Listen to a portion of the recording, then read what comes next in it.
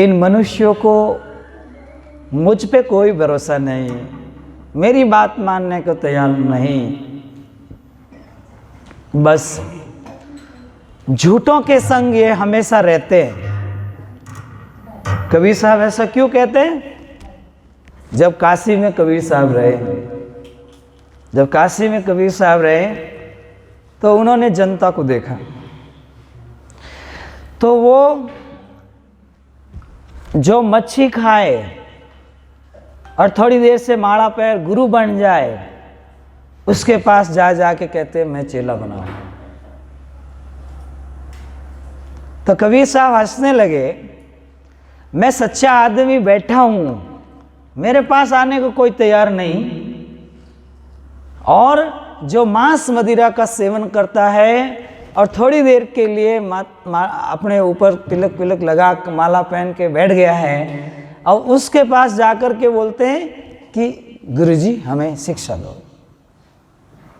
तो ये देखकर कबीर साहब कहते हैं, झूठा बिनज किए झूठे संग। एक झूठा आया, दूसरे झूठे का संग कर दिया। एक अंधा आया, दूसरे अंधे की लकड़ी को पकड़ लिया।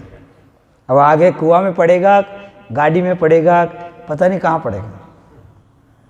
तो सदगुरु कबीर साहब समझाए कि जिनको अपनी आत्मा का बोध नहीं, सत्य का बोध नहीं है, जिसने साधना नहीं किया, भजन नहीं किया, जीवन में अनुभव नहीं किया, क्यों उसकी शरण में जा रहे हो? क्यों उनको आप लोग धारण कर रहे हो? तो सदगुरु कबीर साहब कहते हैं, सठ दर्शन मिल पंथ चलाए, त्रिदेवा अधिकारी, राजा देश बड़ो परपंची, रेत सभी उजाड़ी। एक गांव रहा, उस गांव में बड़े धार्मिक लोग रहते थे। उस गांव से आगे एक भयंकर जंगल था, भयंकर जंगल था। जिनसे काम नहीं होता था, निकम्मे लोग थे, माला पहन लिए और आकर गुरु बन गए। कहने लगे, जो हमारा शिष्य बन जाए सीधा स्वर्ग भेज देता हूँ, वापस कभी नहीं आए। अब जो लोग दुखी थे, दिमाग से कमजोर पागल थे, 8-10 लोगों को वो लेके बैठा और लेक्चर देने लगा।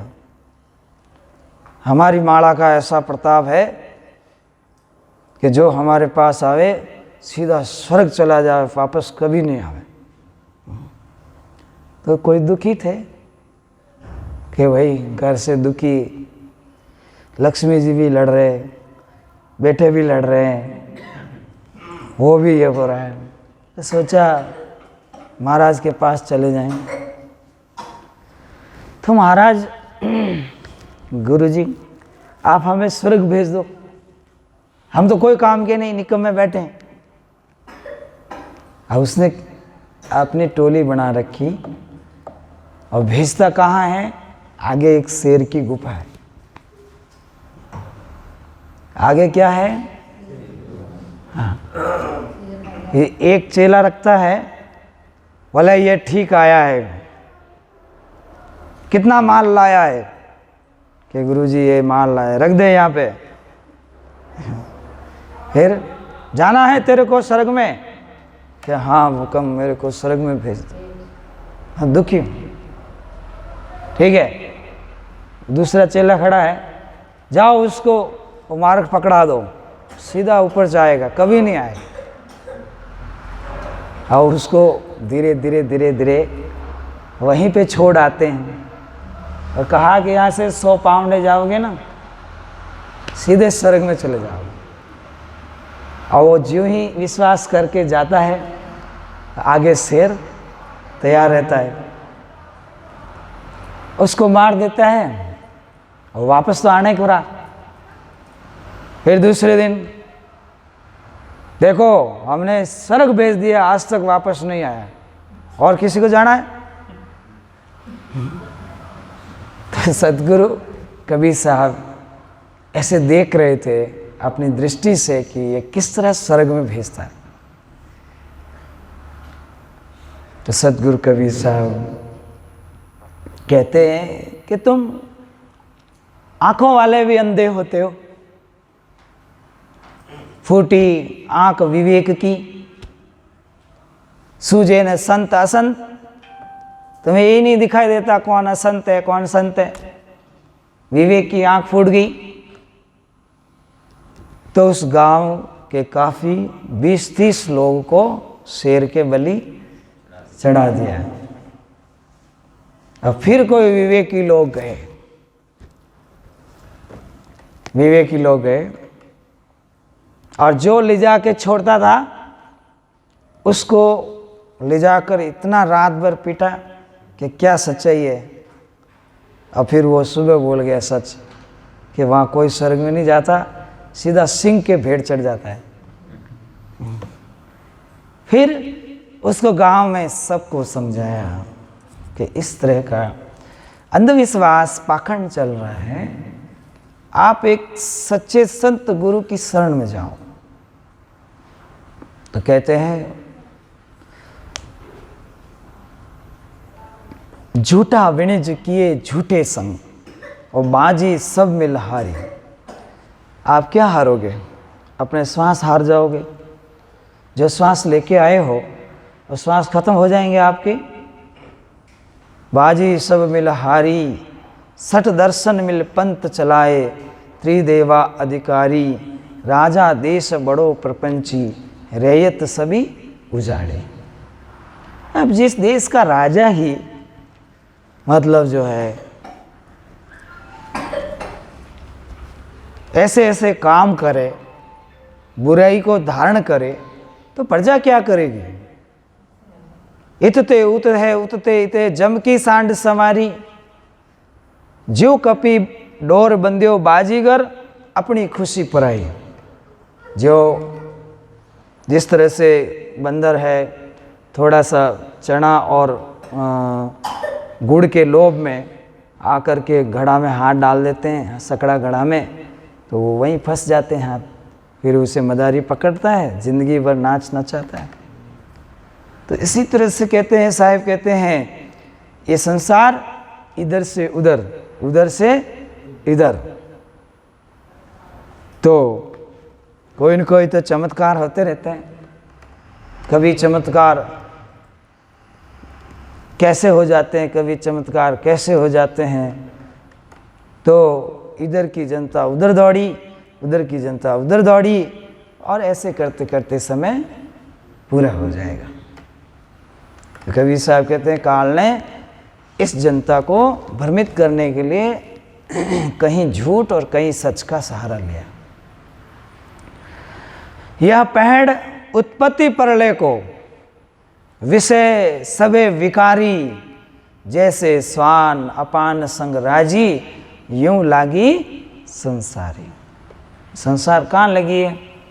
कोई तो लगी है जमीन खरीदने, कोई लगी है मकान बनाने, कोई लगी है शादी ब्याह करने, कोई और ही कोई अन्य अन्य कामों में लगी है। ठीक है, जितना ज़रूरत है उतना कर लो, और जितना ज़रूरत नहीं है ज़्यादा ज़्यादा ज़्यादा ज़्यादा पसारा करते जाओगे तो सतगुरु कबीर साहब के कि ये संसार की क्या गति होगी, ये तो अभी इनको पता नहीं है। पर एग्जाम्पल इतना ही है कि सारी जिंदगी स्कूल में पढ़ाने वाला जो माइंडेड क्या था, मास्टर माइंडेड, तो जब कहीं जाकर खड्डे में गिर गई गाड़ी और उसका संबंध बुद्धि से टूट गया तो उसको एक भी पार्ट याद नहीं, तो काल तो यहीं पर सब मेमोरी ख़त्म कर देता है, सब मेमोरी ख़त्म कर देता। हमने देखा बूढ़ी माताओं से मिलने गए, एक माताजी से मिलने गए तो वो कहने लगी बेटा रात में गए थे कि सूरज उग गया है ना, मैंने कहा वही गति हो गई जो साहेब ने बताई, वही गति हो गई। अब अंत समय आ गया है, अब अंत समय आ गया तो रात में वो कहते हैं कि बेटा उठ जल्दी करके, वो सूरज उग गया है। तो कहने का मतलब यह है कि अंत समय की बैर, अंत में आपका किया कर्म सब आपके आगे आने वाला है। इसलिए जैसे कोई कहे आपको कि जन्म मुश्किल से हुआ, तो हो गया भाई, मुश्किल से हुआ तो अब क्या करना। शादी ब्याह हो गया भाई, अब क्या करना। टाबर टूबर परिवार हो गए, अब क्या करना। अब एक ही चीज़ बची है, जहाँ से आया है वहाँ जाना। अब उसकी तैयारी बराबर है कि नहीं। अगर उसकी बराबर तैयारी नहीं है तो ये जीव 84 लाख योनियों में पड़ के फिर भटकेगा, फिर दुख पाएगा। इसलिए कहते हैं, कहे कबीर ये अद्भुत ज्ञाना को कुण माने बात हमारी, अजू लेऊं छुड़ाए काल से, जो कोई करे सुरत संभारे। जो कोई सुरती लगावे परमात्मा में, तो मैं उसको आज ही काल से छुड़ा सकता हूँ और काल से छुड़ा करके उसे मुक्त कर सकता हूँ। पर लोगों को मेरी कड़वी बातों पे इतबार नहीं है, विश्वास नहीं है, इसलिए मैं करूँ तो करूँ क्या। ये तो झूठे के संग जाके अपना विणज व्यापार करते हैं और पूंजी उंजी सब घमा देते हैं। झूठा विणज किया झूठे संग और पूंजी सब मिल हारी, अरे नर को नहीं प्रतीत हमारी। तो साहिब ने ये संदेश दिया कि आप जो बुद्धिजीवी हो तो मेरे संदेश को हृदयगम करो और विचार करो और अपने आत्मा का जल्दी उद्धार करो, कल्याण करो।